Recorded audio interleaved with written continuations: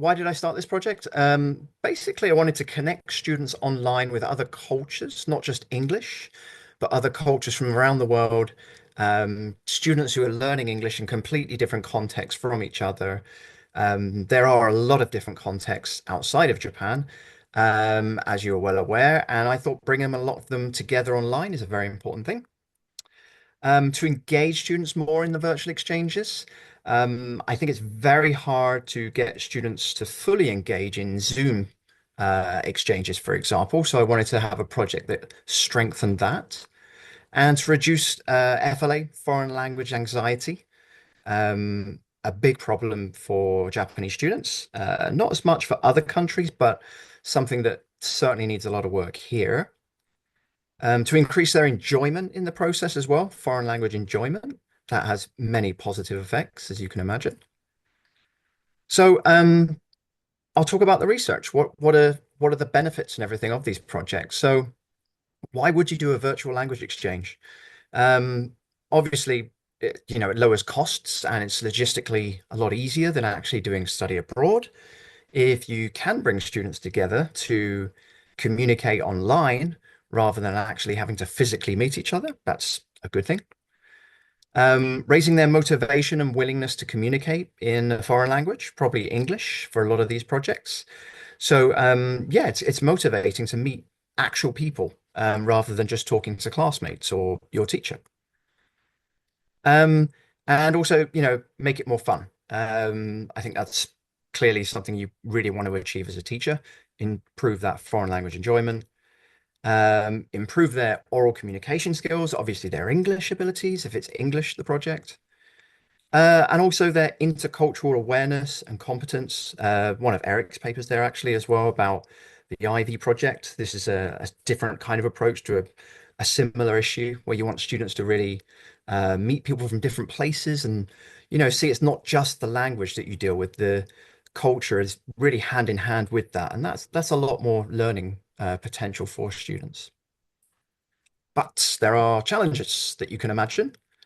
Um, One of the big things I've worked on in my own personal research is the feeling of being underprepared to interact in real-time English discussions. Very big problem for Japanese, who come from a culture of perfection. So when they have this culture of perfection, especially grammatically, um, they're very afraid to speak in case it's not perfect. So that underpreparedness or that anxiety that they have, um, that can cause a lot of issues when you put them face to face with people. Um, and language proficiency differences. Yeah, if you group students together and some of them perhaps are much more fluent or just better at English than others, that can make the lower proficiency students kind of feel uneasy or anxious, if you like. And yeah, that leads to the anxiety I just mentioned, and that leads to low participation. So students might decide not to speak, or, the problem with virtual exchanges is it would be very easy just to turn off the camera, turn off the mic, and try to hide, basically, which is not really going to benefit them as much as these projects could. And another huge one, an obvious one, is the time zone problems. Eric has obviously encountered that himself. I've mentioned him there again. Something I've encountered with these projects as well is that getting people together at the same time, it's challenging. It's very hard. But I'll show you how we've approached doing that with our project a little later on. So let me introduce it. I came up with the name Culture Club. If you don't know the 80s band, it's not exactly the same, but it was meant as a kind of joke name at the beginning, but it sticks. It's not just about English. It really is based on exchanging cultures as well. Um, so um, the first time around we did this project, we actually used Flip. I wouldn't worry too much about Flip now because it's actually been pretty much discontinued by Microsoft. Thank you very much. It was very, very good. It was a video exchange platform where students could create short videos and exchange them with each other online. Um, we've actually switched to something else I'll explain a little bit later now, which is WhatsApp communities, which is actually better in my opinion. But the data I'll present today is actually about exchanges on WhatsApp. And the reasons for choosing that was because it created a low stress environment for students. They could record in their own time and exchange videos with each other. They didn't have the real-time stress. Very quick and easy, done with their own personal phones. I know some countries, it's, as the keynote was just saying, it's, we don't all have the luxury of access to technology, but in Japan, that they are very fortunate. Pretty much every student has one of these phones. Very interactive. They could easily comment and like each other's videos within the project. It's quite fun. So definitely engaging in that way. Students really enjoyed taking part with the video aspect of it. And the biggest thing for me was the fact that this would be great Zoom preparation. You could use these videos to give students topics to talk about, discuss, present about, and then ask questions about. And then they've really prepared themselves mentally and cognitively in terms of language too, as a second language, to actually be able to talk to those people and discuss it rather than being put on the spot and asked to discuss a topic all of a sudden. So this is a very good intermediate stage for virtual interactions, virtual projects. So the topics that I decided for them, there were 10 weekly video topics, very simple things. You can see like all about me, my like an introduction, hobbies, what they do for study, things they do on the campus, future dream. And these were just, very simple things I thought of that they could exchange about. And they did this every week, 2-minute videos within groups. I'll explain exactly how I set that up for them. And they enjoyed it. It went very, very well. So how did I do that? Um, well, there were a lot of students at the beginning. There were 186 either in a Japanese university where I was or a German college. It was in Munich. And there were three of us in Japan managing the Japanese students in all our various classes, and one teacher who had several classes in Germany. And we set up 10 flip groups, basically using self-reported English proficiency. Not a perfect system, of course, but students would rate themselves on a scale of how well they could speak, listen, etc. And then we did our best to try and group those together so that you wouldn't have really fluent speakers with kind of, beginner level students, things like that. And then they did their weekly videos, 2-minute videos on a topic, for example, just introduce yourself to your group. And then they would react to each other's videos with likes, comments, and questions, which was a really fun stage, actually. And then in the final part of the project, the students met and discussed those videos in a 1 hour Zoom party. I like to call it a party so it felt less stressful. And breakout rooms were used to put people from the same flip groups with the people they'd been sharing videos with to actually meet and communicate. And the idea of this was that they would feel a lot more open, a lot less anxious about actually opening up and communicating with them. And then I gave them all a survey at the end, open-ended questions, basically about the benefits they felt from this project. I was particularly interested in how they enjoyed this video stage or not, and their improvement ideas for the next project, which I used a lot of for the project that ran this year, which I'll show in a minute. So it's a thematic analysis of 75 responses I was able to get. 42 of them from Japan, 33 from Germany. So not all students did the survey. I chased as much as I could, but obviously it's not mandatory. They have to volunteer to do it. So it's about half, just under half of them, I think. So the data from 75 students, the benefits that they mentioned, there are a lot. A lot of them were to do with, you can see this is a thematic analysis. So, for example, you can see cultural exchange there had 16 responses. What that means is 16 of the open-ended responses in the survey were referring to some kind of positive benefit connected to cultural exchange. So these are the main ones. This is in order of, from number one, the most mentioned, to second most mentioned. So cultural exchange, communication and language practice, personal growth and awareness, interaction and engagement, learning about different perspectives. And I'm just going to highlight the things that students mentioned about the video exchange, because there's a lot of things to talk about here we wouldn't have time for. The first one here is in personal growth and awareness. They said self-reflection through videos. So the process of making these videos about themselves led them to more self-discovery and enjoying it, basically. So they found them a really good way to think about themselves. Interaction through the flip videos, positive experience. They just basically said they really enjoyed doing them again there. And then this is the second part of the benefits. Again, I'm going to highlight the stuff about the videos. So creating and sharing videos was enjoyment for them in creating it, sharing it, and practicing the language with it. So they actually really enjoyed that part of it. They liked well, it says appreciation for video effort. So they liked the feedback. Some of the students, there were three of them that wrote a lot about saying how much they really enjoyed getting questions and likes and comments about what they did. So that interactive, less stressful stage with the videos rather than face to face, they really enjoyed that. And they really valued the shortness of the videos. They're only 2 minutes in length. So I think those kind of bursts of language practice suited them quite well. Now, this is very interesting for me. This was the stuff that they suggested for improving the project. They actually wrote a lot about this as well, which was very helpful to design Culture Club 2024, which we've just finished. And I'll explain how we used this to actually improve it.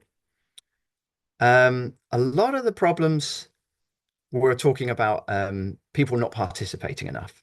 So the thing is, when you do a Zoom interaction with students, if it's not specifically a part of their course grading, or you've got time zone issues, which I'll come back to in a minute, getting everyone to be there and actually participate is difficult. And that's certainly the challenge that Culture Clubs faced at the beginning there. More interaction opportunities. They actually wanted to talk more face to face than just a one Zoom party, which I'll explain in a moment. Again, encouraging participation of students from other countries more. So making sure people actually do the videos and talk to each other a lot more. More engaging assignments. I'll explain how I've given students a bit more freedom in how we do the project now. Again, more video contributions, quite similar to the point I mentioned above. Some of them said just setting clearer deadlines.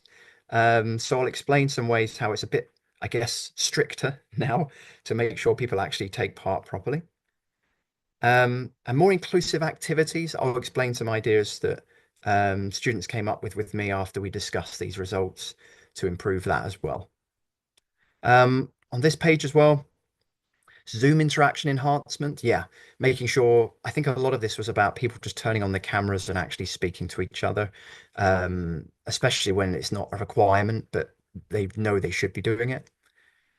Promoting fluency in English. That I will be mentioning at the end of this. One thing I am going to be doing next year, actually quite a big project, which is related to AI. I know a lot of the theme of this conference is AI, which will be about how to use perhaps chatbots to help them prepare a bit more. The topics, I gave them a lot more freedom. I guess I'm an old man compared to my students, and I didn't really know what exactly they would like to talk about. So I've kind of just freed that up for them, which had a great effect. And again, attendance, making sure everyone attends all of the Zooms that they're supposed to come to. So yeah, all of that information from the students was great. And I went through it with my students face to face and said, okay, what can we do with all this? So these are the upgrades we made for this year. Um, so the first one there is increasing foreign participation. So students from other countries. We actually just decided to get more people involved in the project to expand it as an open invitation, not just between specific classes. So we actually just put it up on SNS and said you can apply and join as an individual student or an individual, mature student. We actually had a lot of people who are like in their 30s studying English part-time who joined, who were really good members of the project, actually. Increasing interaction opportunities. Yeah, we went straight to 5 Zoom parties. So bi-weekly, they would meet on Zoom rather than just once. The topics, I let the students do it. I just said, you can talk about anything you want. Decide in your group at the end of each Zoom party or on Flip what you want to actually talk about. for the next video. And they came up with all kinds of creative stuff, which I would never have thought of. Right, getting more attendance from people, being a bit, there's more of a carrot and a stick involved here. Um, the carrot, the reward was giving them a certificate or an award for completing the course, which had a big effect. And the stick, the kind of punishment was removing students from the project if they didn't really take part. So that was up to us, but I think we decided after if they hadn't done the first two videos, they would be removed. Um, or if they didn't come to at least the first, if they had to attend at least three Zoom parties to receive the certificate as well. So the Zooms as well. I assign group leaders to the breakout rooms now, which makes it a lot more free flowing. So that leader would basically act like the facilitator to say, okay, who's next? What do you think? And everything. And also random question game rounds. Rather than just saying, okay, please discuss your videos or hi, how's everything going? We'd have like a random question generator in the rooms where students would have a topic a bit more focused on something additional and random to talk about, which was fun. Um, the participants went up hugely, not just from Japan and Germany. We had 21 different nationalities join, as you can see. A huge amount of them were Japanese, but there were a lot of different people who joined. Some of them just joined from, wherever they were, not from a class. So this was really, really great for Culture Club because, I mean, you can see a huge amount of different cultures that could be talked about there. And this is the certificates that my students got. This was one of my classes who took part. And that's the sample on the right there. And that really motivated them to take part. They felt much more reward about actually, achieving the goals in the project. And the videos, I would love to have time to show you. There really isn't time though. Um, They were fantastic. They came, number six there is actually me on my morning bike ride. They loved it that I included my own videos too. For example, number three, they did a lot of video game style exchanges to explain their favorite games. Number eight was my absolute favorite. There was a girl in Turkey who took her cat to the vet and basically edited a short video to show us the whole trip. It was really fun to watch someone in a different country just explaining what they would do in their daily life like that. But all kinds of things, food related, sports related, hometown related. Yeah, they did a really good job. So, what we're doing for this year, we're actually doing it from October to December, for next year, 2025, and we're planning a few upgrades. The first one is we're using WhatsApp Community, not just because Flip disappeared, but you get a lot of engagement with these communities now, which is you can run surveys, they can exchange videos, they can, do all kinds of things in their groups. So really connect and engage with each other. There's a board that's going to be started. There's also actually quite a lot of teachers already involved in it. And feel free to join or contact me if you're interested as well. Really good way to, produce research together. And everything's, of course, completely free to help connect people from different places. We're going to time zone the parties now, the Zoom parties, not just having them at the same time, the same day. We try and create a lot of choices for students, so they will participate more. That's the goal. And the one AI related thing that I will be doing a project on next year is chatbot practices, preparing students a little bit more for their interactions online, not just with the WhatsApp community, but actual practices with speech in groups or directly with a chatbot. And I'll be looking at the effects of that on their participation and anxiety. The references are here. I'm not too bad for time, I don't think. Happy to send these out to everybody. Um, I'm very active on Facebook and LinkedIn. I think I'm actually connected to some of the people here today, so hello. There's QR codes there and also a QR code there if you're interested in Culture Club to be a board member. But I'll actually throw this all in the chat as well. I've got the links for those ready to share. Might be a little bit easier for people. So um, I'll do that right now. And I'll just say Thank you very much for coming and listening. Happy to take any questions that anyone has. Hi, Thank Robert. you. Hi. Oops. Hey. Um, Yes, please I go ahead, Alan. I have a question. Hmm. I for 20 years I had a similar project. Okay. University of Kansas. I'm here in Costa Rica, Hmm. and we had people in Kansas, but they were from all over the world. And so my students, Spanish-speaking students, Mm. uh, got to interact and have mini projects Mm. with KU graduate and undergrads, and it was pretty uh, amazing how they started communicating and sharing experiences. But at some point, we had some cultural problems with some students that they didn't, because girls were trying to overtake the activities, and the boys, that didn't want to, because they were kind of, they were run by girls. So, have you had any cultural uh, experiences like that, or Mm. how have you managed to overcome this problem with It's a cultural yeah. sensitive? Yeah, thanks for sharing, Alan. It's yeah, it's something I didn't think about hugely before I started the project was okay, it's really fun to get cultures together, but there's definitely dangers of certain people or certain cultures with different beliefs coming together. I think from the Japanese side, it's they more than anything just feel overwhelmed with the amount of communication and assertiveness and strength of opinions that other people have. Um, but sometimes there have been, yeah, for example, I think some Middle Eastern students might have perhaps had a little bit of an issue with some of the stronger girls speaking up in our groups. I've never commented on it to students. I really wanted them to make their own mind up about it. The most important thing for me was just anyone who participates, there's very clear guidelines that um, you're expected to behave in a certain manner.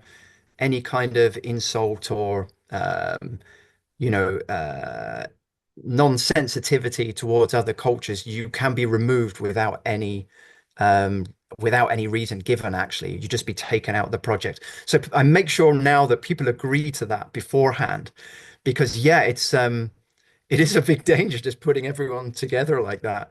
Yeah. So a little bit, yeah, great question. And anyone else doing these projects, yeah, please think about that too. Yeah. And I'm interested in joining, from my Mm. group in Costa Rica Mm. at the university. So a great, it would be a great opportunity for them to Mm. interact internationally. Mm. And It would be great. I mean, for next year so far, we have interest in Turkey, Germany, the UK, America, Japan, and Korea, I think.